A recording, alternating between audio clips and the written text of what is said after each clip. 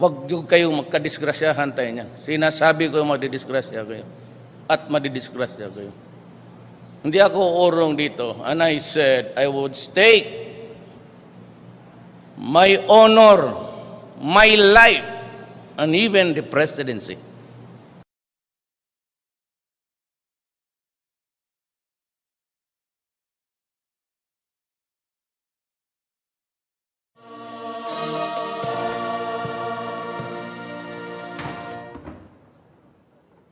Baba.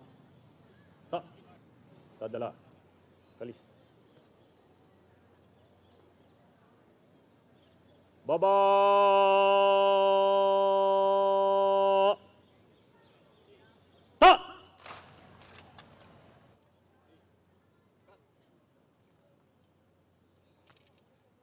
Mahal na Pangulo, handa na po ang tanod pandangal upang libotin.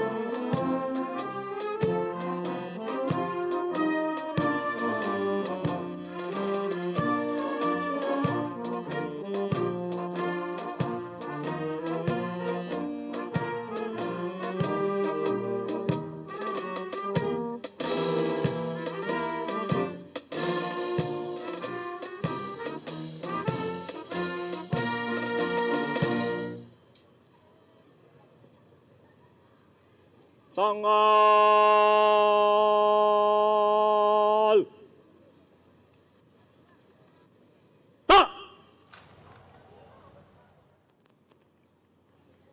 Kalipunan, tanghal.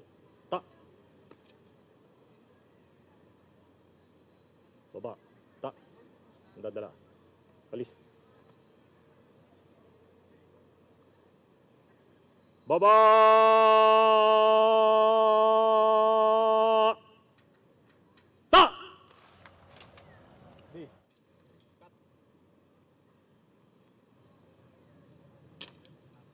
Mahal na Pangulo, tapos na po ang parangal.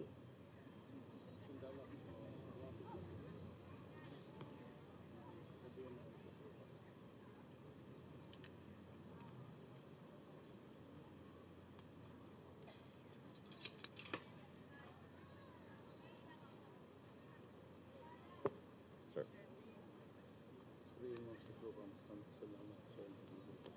Yes.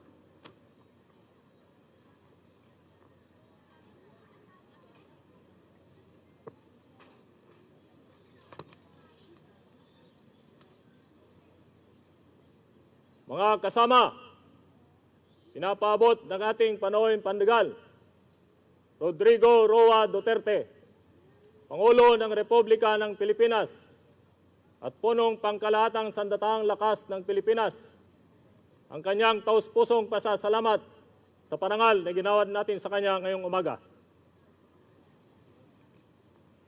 Baba, kalis.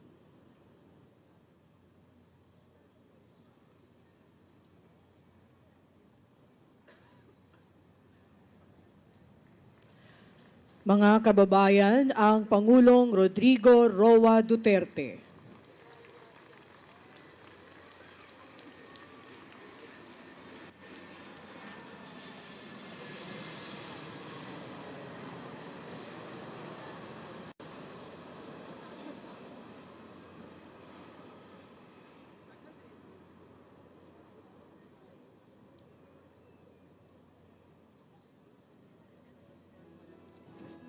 Madilim na kahapon,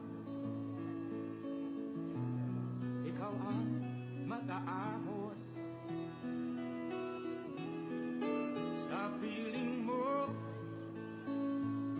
di ko mawawala ang korupsyon.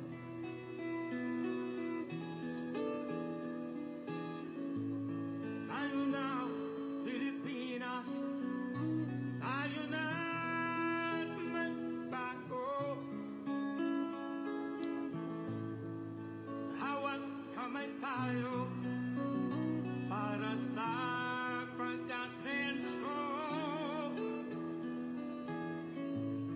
Ikaw at ako, tayong lahat kay Rodrigo. Ang Pangulong Rodrigo Roa Duterte. Para sa tunay na pagbabago.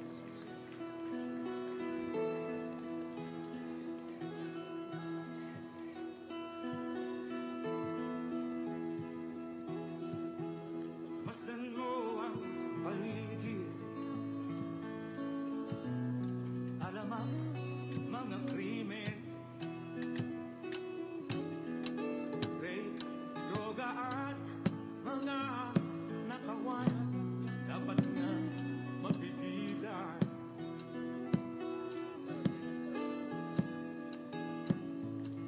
Tayo na, Pilipinas, tayo na magbago.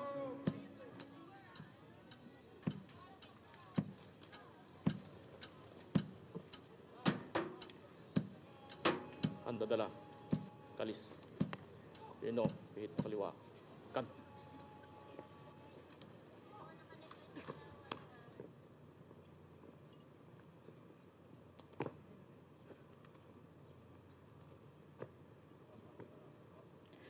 Dadako po tayo sa seremonya sa pagtataas ng watawat.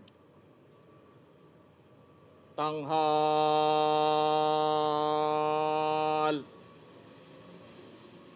Tak! Mga kababayan, ang pambansang awit ng Pino't Pilipinas. kawal, tanghal. Tak!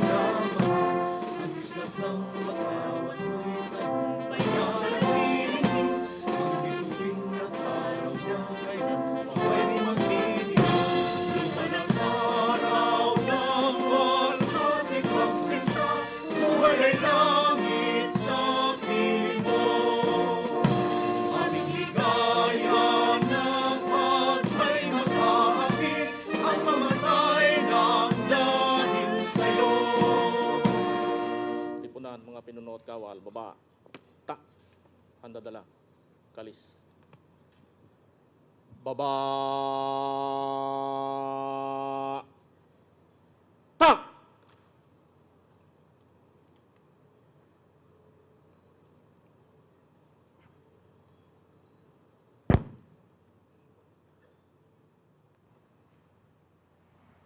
Okay na sir, na-rin ko kayo.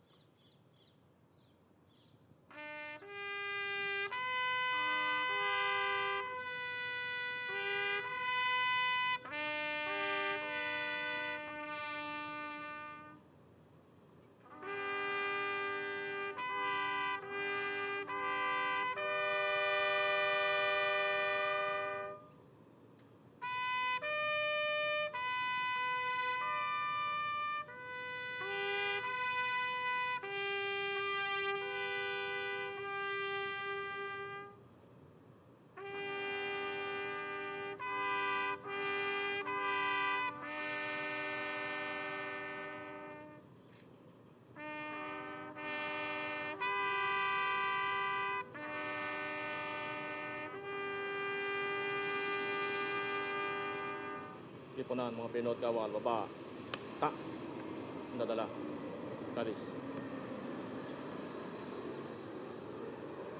Baba,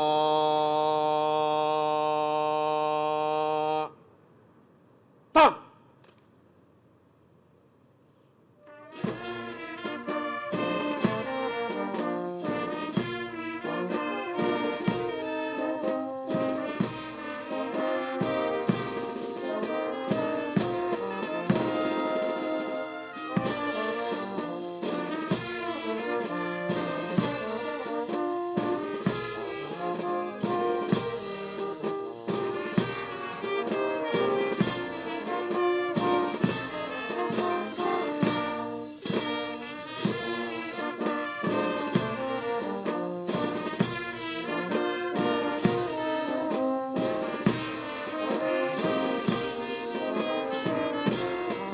Gallant forefathers, as well as the modern-day heroes who bravely fought for our country's freedom, independence, peace, and those who sacrificed much to build our nation.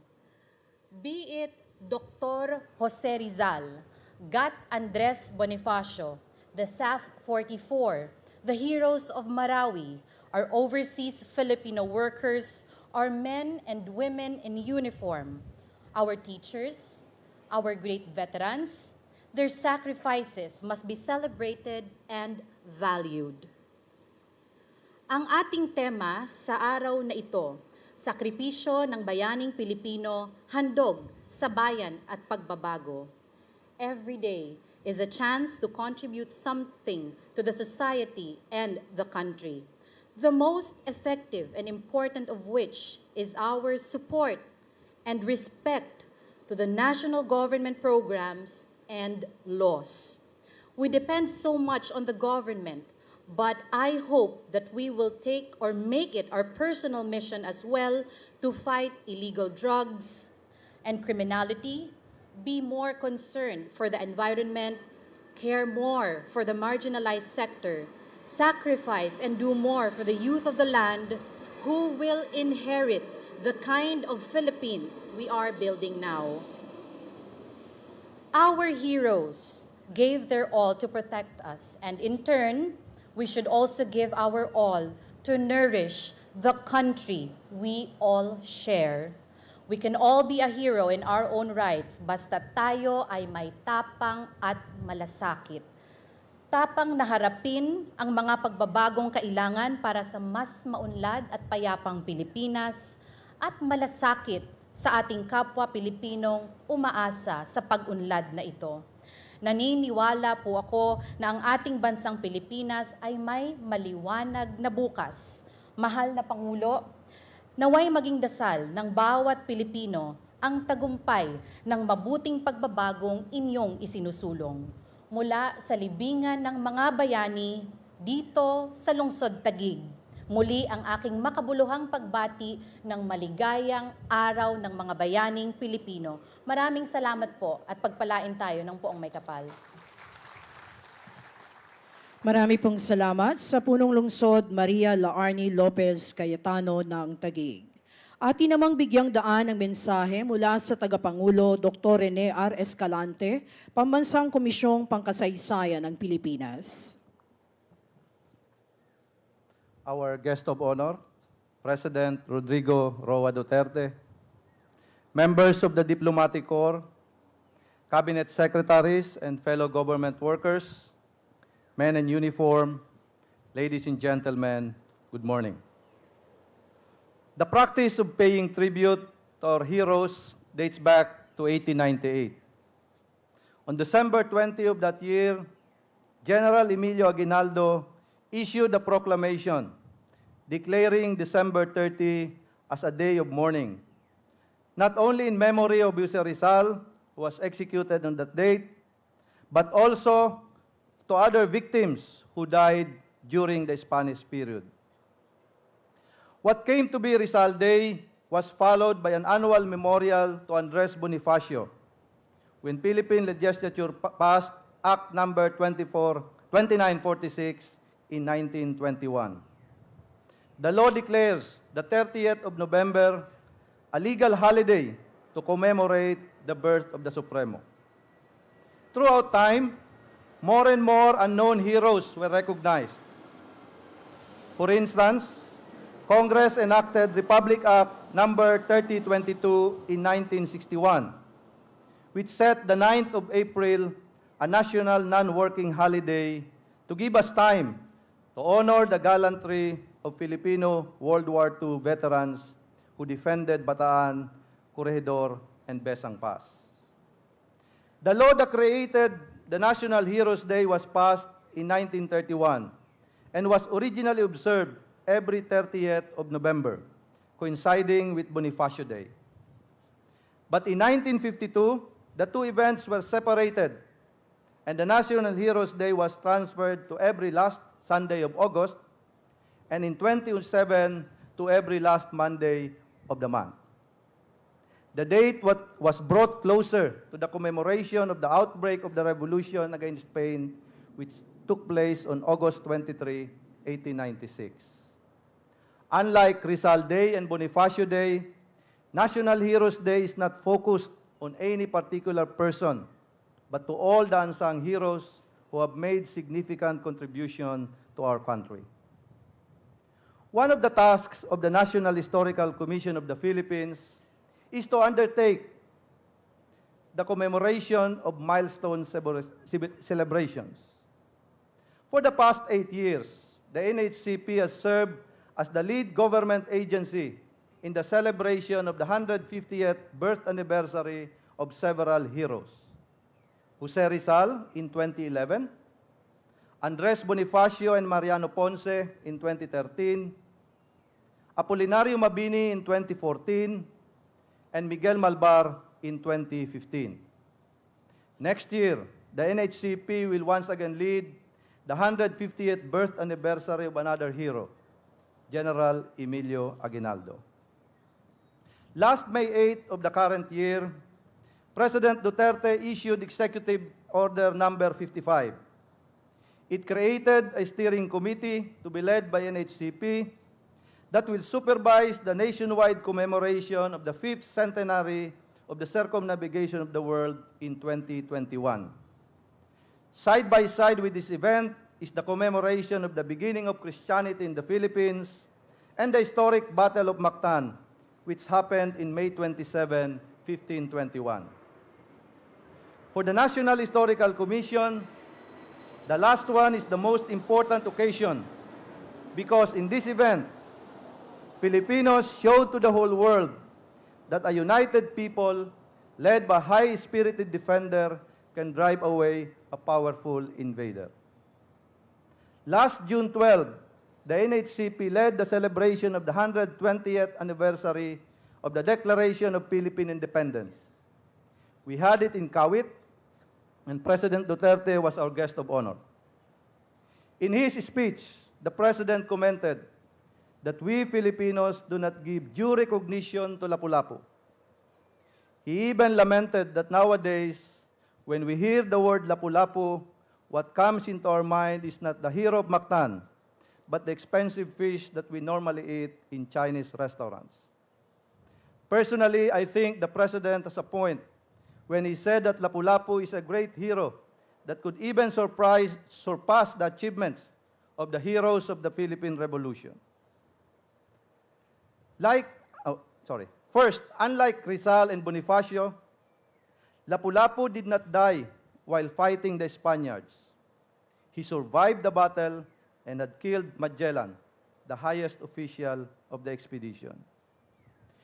Second, when Aguinaldo and Malbar fought the Spaniards in 1898, they were supported by the Americans. In the case of Lapu-Lapu, he won the Battle of Mactan without assistance from any foreign power. Third, when Aguinaldo waged war against the Spaniards, the Spanish Empire was already in its twilight zone, and its collapse was already forthcoming. Lapu-Lapu's time was exactly the opposite. The Spanish Empire was in Siglo de Oro, or Golden Age, and its military force possessed the best armaments and training at that time. But despite these advantages, Lapu-Lapu still emerged victorious in the Battle of Mactan. It is just unfortunate that despite all these achievements, we don't honor Lapu-Lapu with a national holiday, and he remains among the least appreciated and studied heroes of our country. In fact, most of our textbooks nowadays have more pages about Magellan, the loser, than Lapu-Lapu, the winner. With this in mind, the NHCP considers the celebration of the 5th centenary of the circumnavigation of the world in 2021 as the perfect opportunity to bring Lapu-Lapu into the limelight. The present administration, which will lead the upcoming celebration, has already taken a step to give recognition to Lapu-Lapu by creating the Order of Lapu-Lapu by virtue of Executive Order number 17 issued last year. It is a presidential award given to Filipinos who have contributed significantly to the advocacies of the government. On the part of NHCP, we shall follow the impetus of conducting historical studies and conferences on Lapu-Lapu. In close coordination with local government units and legislators, the NHCP will support the renaming of Mactan Airport into Lapu-Lapu Airport so that his name will be popularized and immortalized here and abroad. We will also propose the creation of a national monument and park for Lapu-Lapu in Cebu. Lastly, we will also recommend to the President to declare April 27, 2021, the 500th anniversary of the Battle of Mactan, a national non-working holiday. All these steps will be undertaken by the NHCP to give Lapu-Lapu the well-deserved acclamation which we consider long overdue. I just hope that these initiatives will be supported by the President and the Filipino people. As we give accolade to Lapu-Lapu, let us also remember that the Battle of Mactan was won not by Lapu-Lapu alone, but many other unsung heroes. True to the spirit of the National Heroes Day, the upcoming celebration in 2021 will honor the unconquerable spirit of the unnamed Filipinos, especially those in the South, who, like Lapu-Lapu, display their love for our country and therefore deserve to be recognized also. Thank you and good morning to everyone. Marami pong salamat sa Tagapangulo Dr. Rene Escalante, Pambansang Komisyong Pangkasaysayan ng Pilipinas. Sa puntong ito, ang ating panauhing pandangal ay ipakikilala ni Kalihim Tagapagpaganap Salvador C. Medialdea.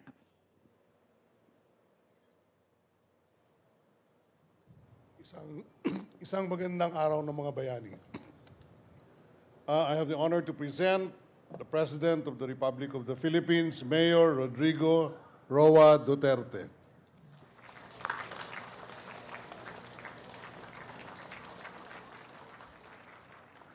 Kindly sit down. Thank you.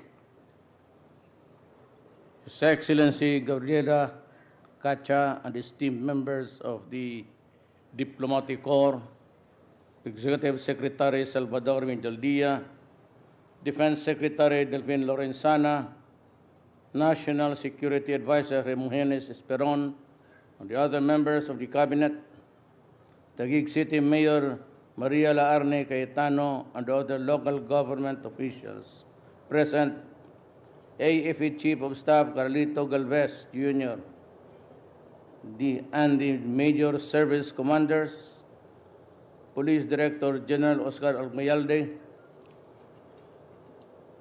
officers and enlisted men of the personnel of the Armed Forces of the Philippines and the National Police, fellow workers in government, distinguished guests, my countrymen. As a footnote, just the event of life.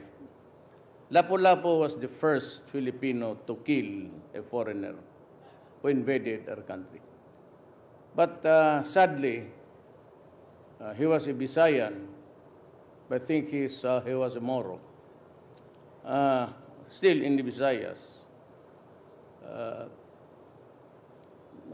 History forgot him.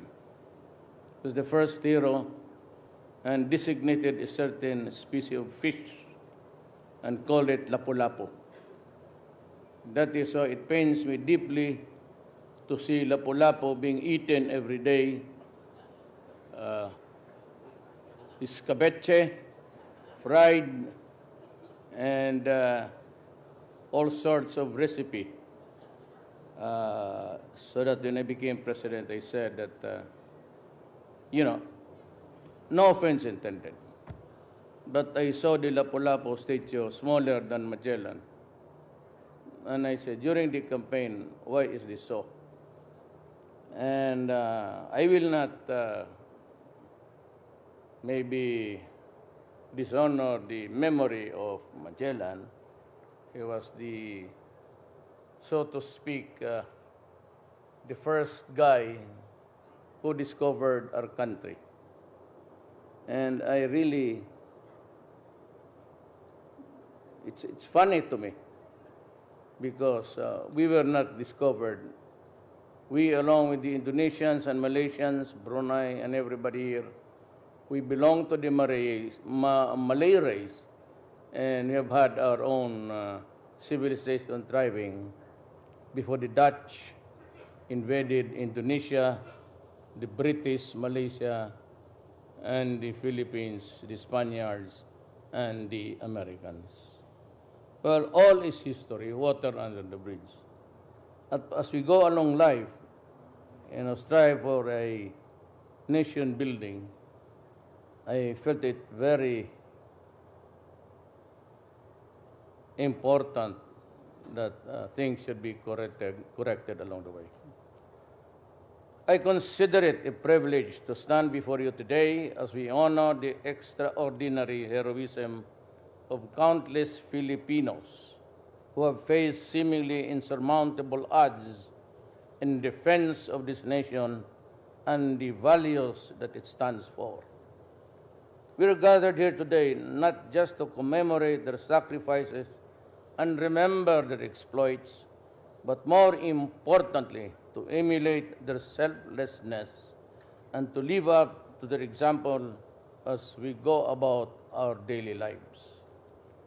Today we honor not just those heroes whose statues proudly stand along hallways and pedestals, or whose portraits are embedded in our currency and history books. Instead, we honor our unnamed heroes who in their own little ways have made huge difference in the lives of those they have touched.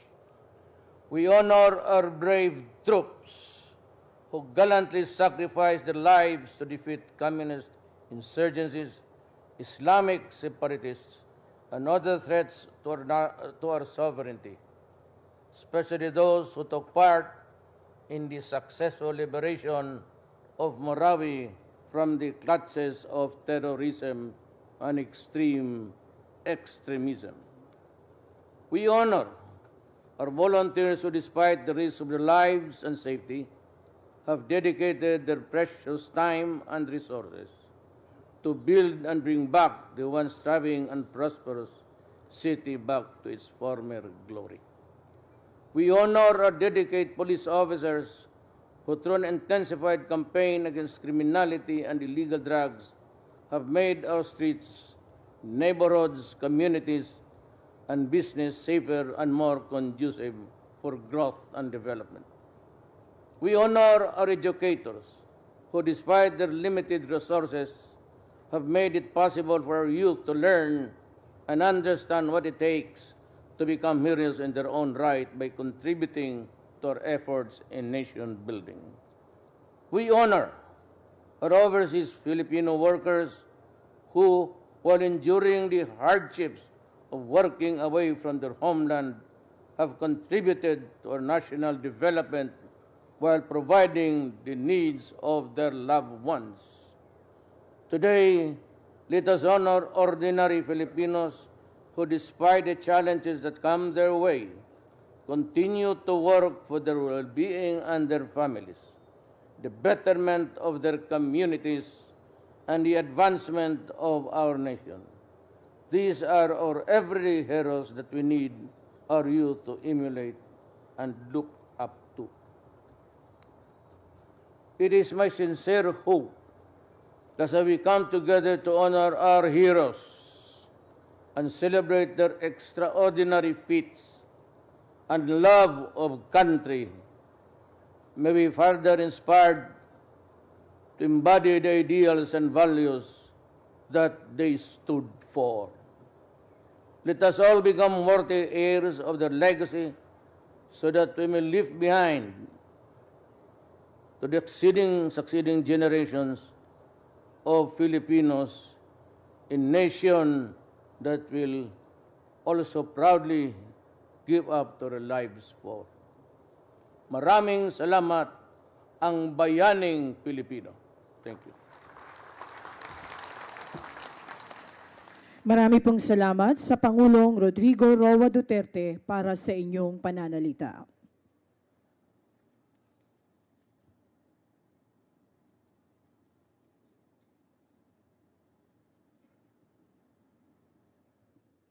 Muli po, palakpakan po natin ang ating Pangulong Rodrigo Roa Duterte. Dito po nagtatapos ang ating seremonya at palatuntunan kaugnay sa paggunita sa Pambansang Araw ng Mga Bayani.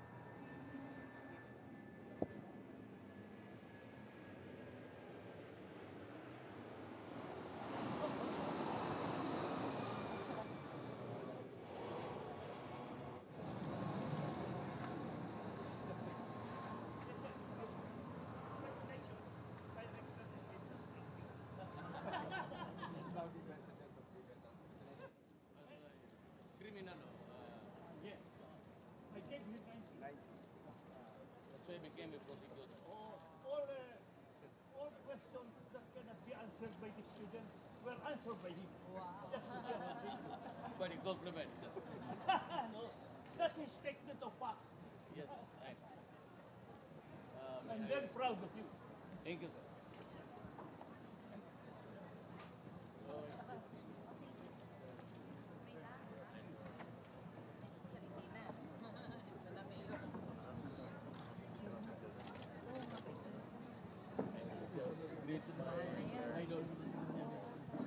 Eh, kasi rentals lahat, sir.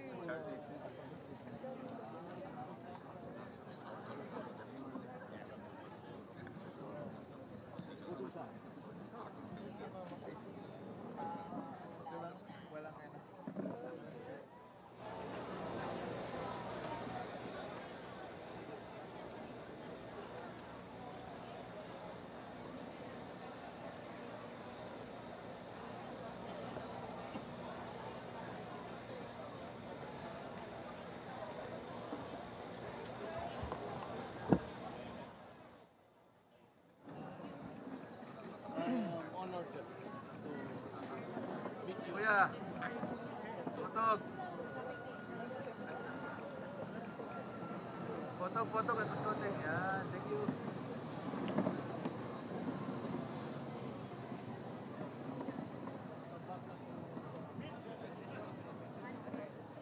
Wala na, hindi ko na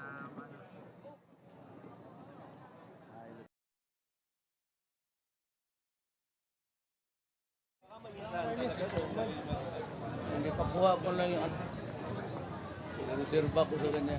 Thank you, thank you. Sa awa ng Diyos po, kaya ko pang tumibig. Pero may asawa ka naman, di ba? Hindi na, wala pa. Kasi hintay ko, nag-prepare ako kaninong ko. Si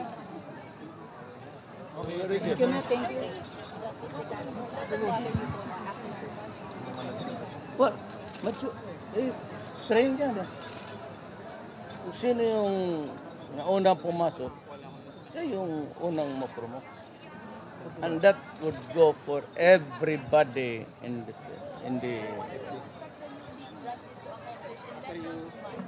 I am not familiar with any of them actually. Wala akong kakilalang justice na yung personal. Truthfully, I have never talked to anyone there. Wala akong kilala. Hindi ko nga, they're all strangers to me. Remember that hindi naman ako practitioner ng Maynila. Sir, sa next cycle, si Associate Justice Copy will be eligible for automatic nomination. So, No, he stated publicly that he is not going to accept it. So why force the person to accept a task that he does not want? This is a free country and you can... Thank you, sir. Thank you po.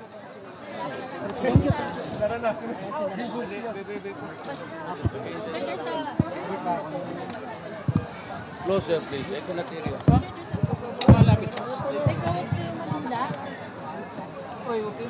Yes. Why not?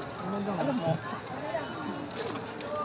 Magellan was the first invader to set foot here in the Philippines. It was Lapu-Lapu who fought him. Why is he more on? May Lapu-Lapu hotel, man.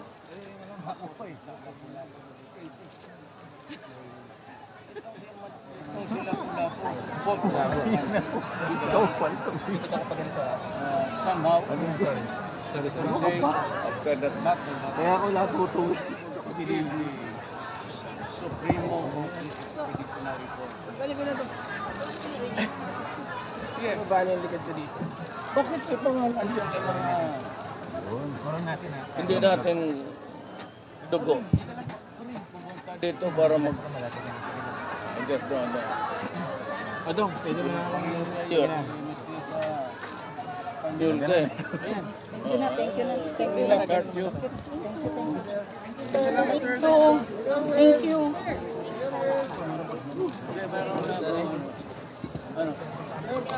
Ano?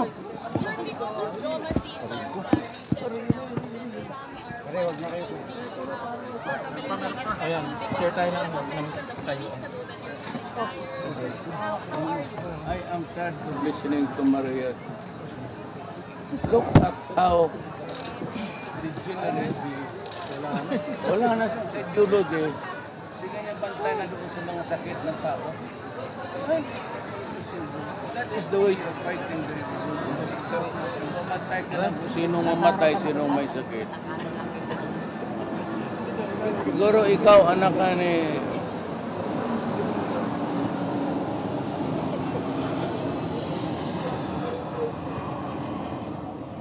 Baka ikaw illegitimate daughter ka ni Magellan.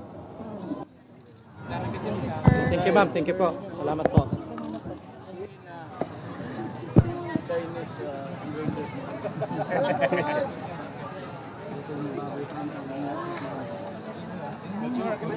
Grabe. Grabe talaga. Hindi naman ako makakilos.